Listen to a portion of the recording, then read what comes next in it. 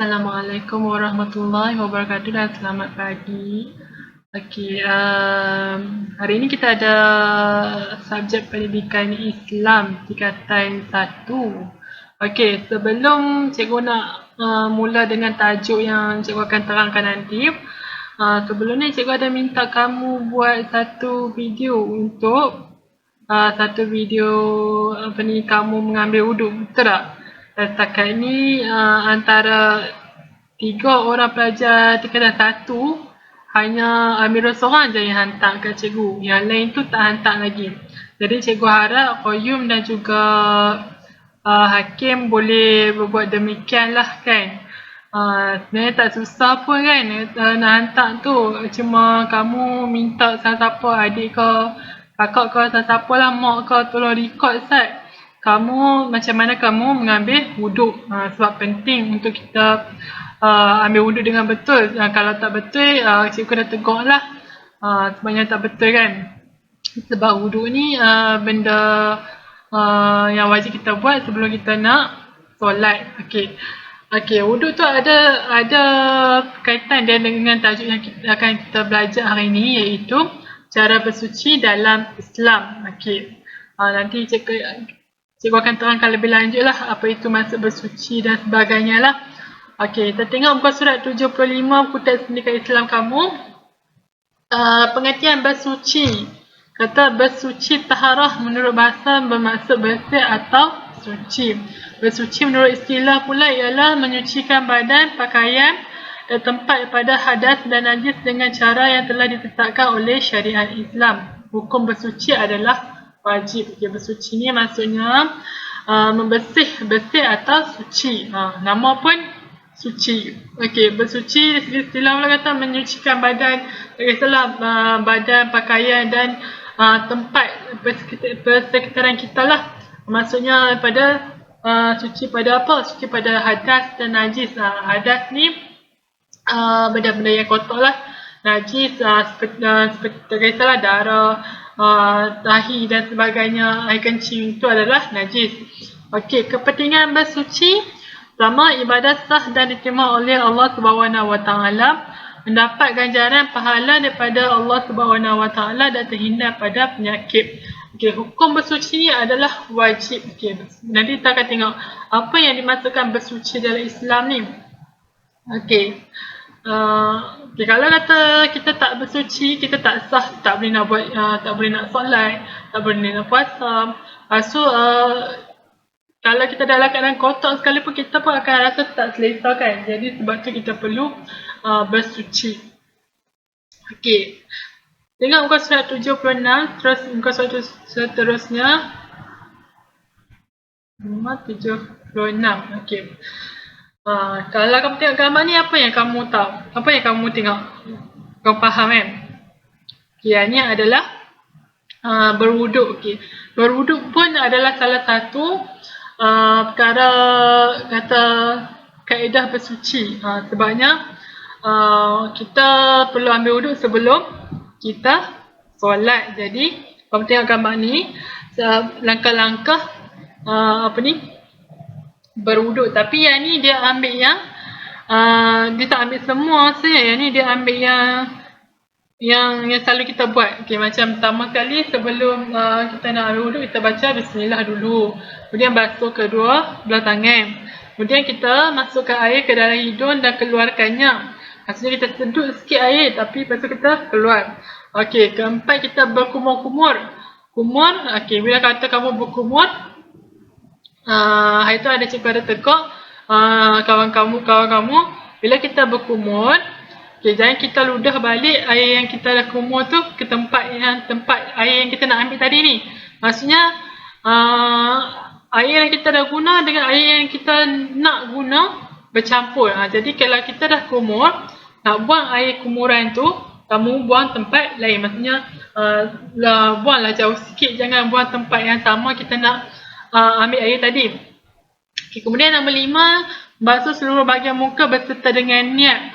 Maksudnya kena seiring. Sambil kita basuh muka, sambil kita niat. Tak boleh kita niat dulu ataupun kita basuh muka dulu. Kemudian nombor 6, membasuh kedua-dua belah tangan sehingga ke siku.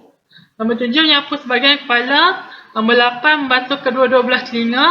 Dan nombor 9 membasuh kedua-dua belah kaki hingga buku lali. Dan nombor 10 tertib, iaitu pelakuan wuduk mengikut urutan. Okey.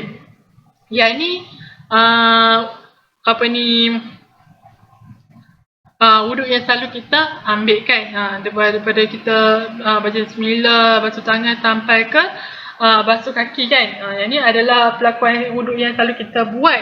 Okey. Tapi yang wajibnya bermula dengan niat, basuh muka, basuh tangan hingga ke siku, rambut, basuh kaki dan juga tertib. Yang ni, yang 6 ni adalah rukun yang wajib yang harus dibuat. Kalau tak buat 6 ni, tak sah kita punya wuduk. Kita nak sembahyang pun tak sah. Jadi kena 6 perkara ni kena buat, kena ada. Okay, itu adalah langkah bersuci yang pertama. Yang kedua, cuba tengok sini adalah, dan ni tengok, kalau kamu tengok gambar ni berkaitan dengan tayamum.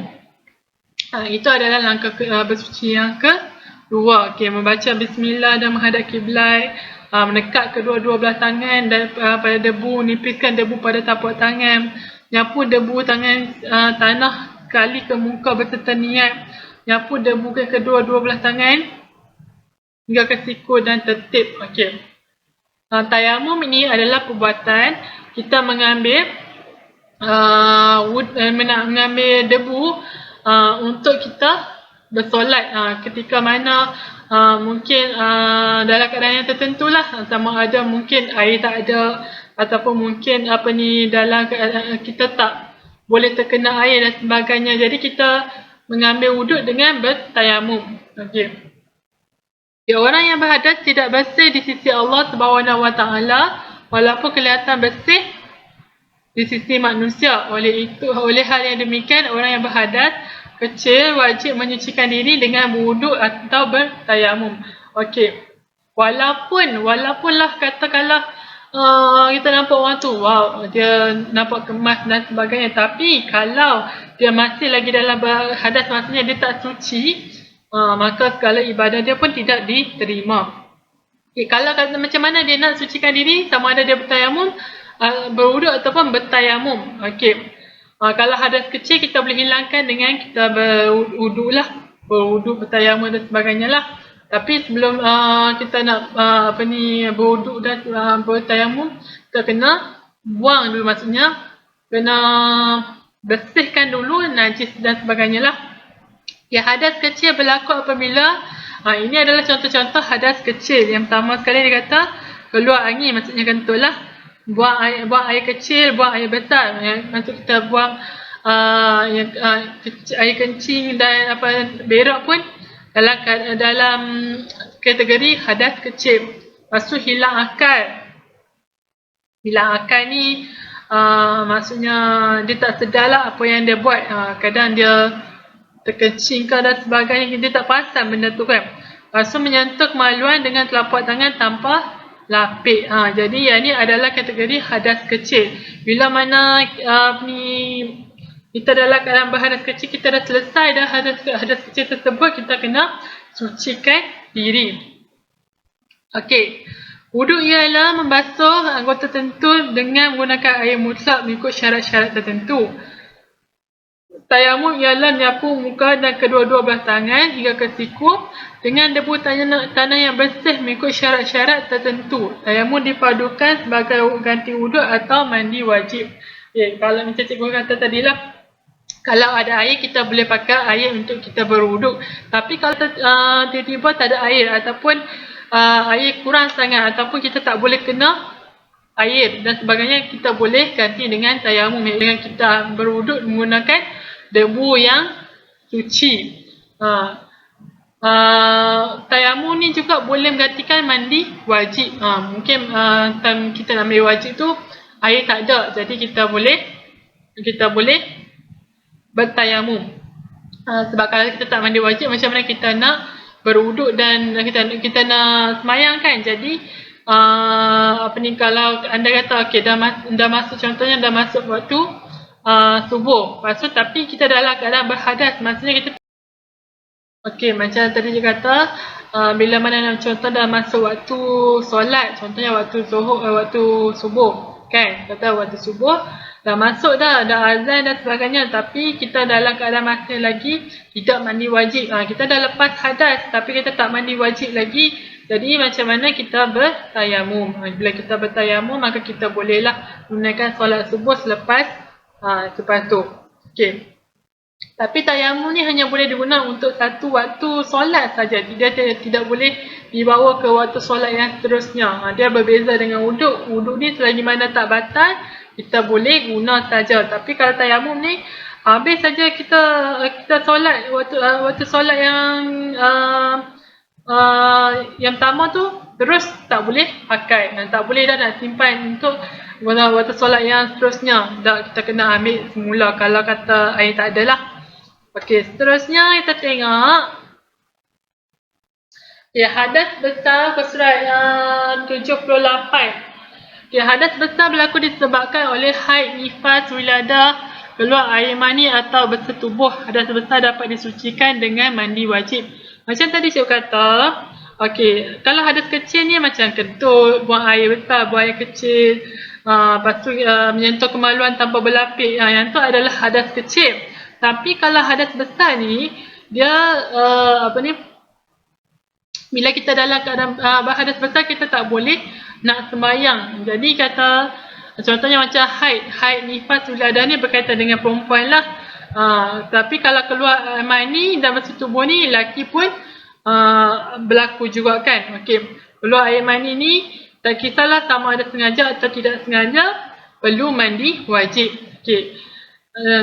Cikgu harap kamu boleh kamu tahulah macam mana nak mandi wajib. Sebabnya mandi wajib ni penting. Kalau kata kita mandi wajib dengan cara yang salah, mandi wajib kita tu tak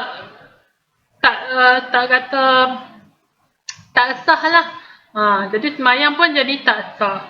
Okey, cara mandi wajib. Yang pertama sekali kata, bersihkan kotoran dan najis yang menghalang air sampai ke kulit. Termasuklah kotoran ini, termasuklah kalau pakai pewarna kuku, kena bersihkan. Kalau pakai pewarna rambut, kena bersihkan. Lagi apa? Kalau pakai makeup ataupun apa-apa sajalah yang boleh menghalang air kena pada kulit, kena bersihkan.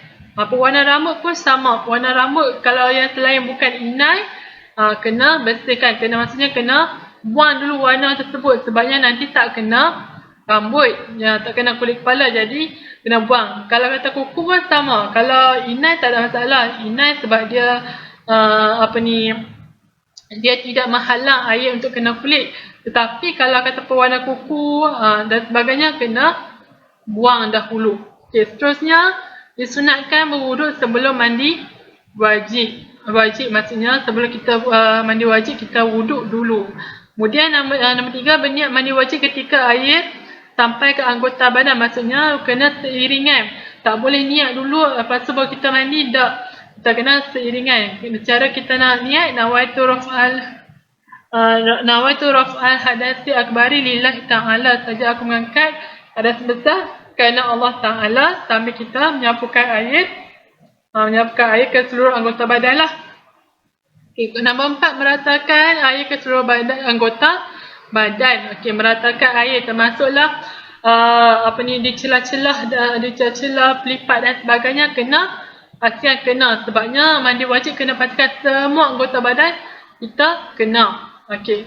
Nombor 5, disunatkan menggosok seluruh anggota badan dengan menyekat jari kaki, tangan dan rambut.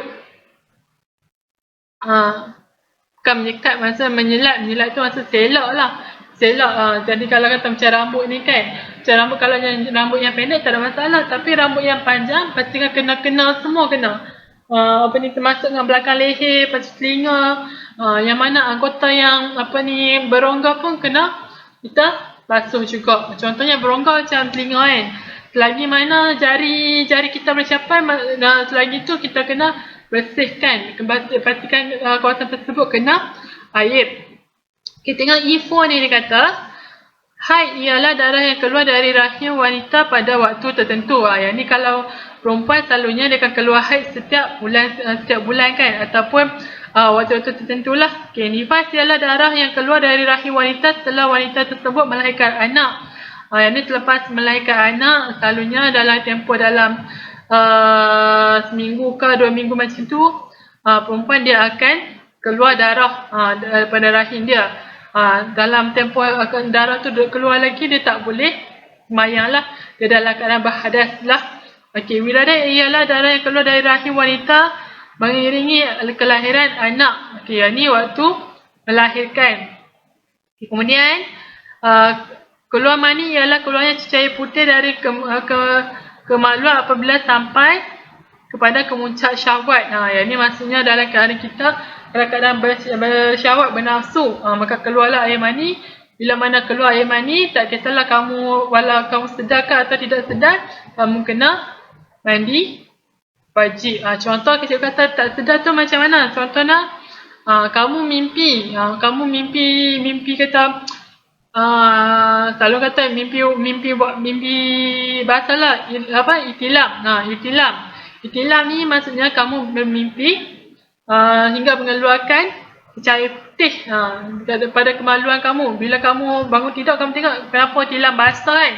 Jadi kamu boleh tahu. Jadi kamu tengah kata dalam keadaan syahwat, maksud bernafsu sampai keluar air mani. Jadi bila kamu dah tahu kamu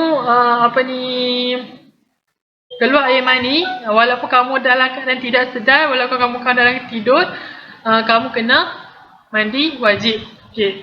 Kemudian bersetubuh kata sini ialah melakukan hubungan antara suami isteri. Bila mana mereka dah berkahwin apa semua, lepas kita berkahwin, lepas buat hubungan suami isteri kena mandi wajib. Okey. Okey, kalau kamu nak tahu macam mana cara mandi wajib, boleh tengok ni, video ni lah. Kamu scan dia punya QR code ni, maka kamu boleh tengok cara-cara nak mandi wajib. Okay, seterusnya. Okay, takat tu je penerangan yang cikgu nak bagi untuk hari ni. Jadi untuk hari ni, untuk kita akan buat, kamu akan buat ni lah nota. Jadi kamu tengok muka surat 75 ni, kamu salin tajuk dia, penerangan bersuci ni apa dia, pengertian, kepentingan, okay, kamu salin. Lepas tu info ni pun kamu salin juga. Kemudian, okay, muka surat 76, langkah-langkah berwuduk pun salin, tapi tak payah tulis, tak payah lukis lah, cuma buat penerangan saja. Nombor 1 apa dia, nombor 2 apa dia, sampai nombor 10. Kemudian sama juga untuk tayamum ni pun sama, hanya buat tulis penerangan dia saja, tidak perlu lukis gambar. Kemudian, okay, salin dia punya penerangan bawah ni, orang yang berhadas tidak bersih di sisi Allah. Hadas kecil apa dia, lepas tu wuduk ni apa dia, yang bagian info ni kamu salin. Kemudian hadas besar, cara mandi wajib, so bagian info ni pun kamu salin. Okay. Dekat tu saja yang cikgu nak kamu salin. Okay, kalau ada apa-apa masalah boleh tanya. Boleh tanya cikgu dan sebagainya lah. Kalau cikgu boleh jawab, cikgu akan jawab. Okay. Kalau tak ada masalah apa, cikgu sudahi kelas dengan wabillahi taufiq wal hidayah. Wassalamualaikum warahmatullahi wabarakatuh.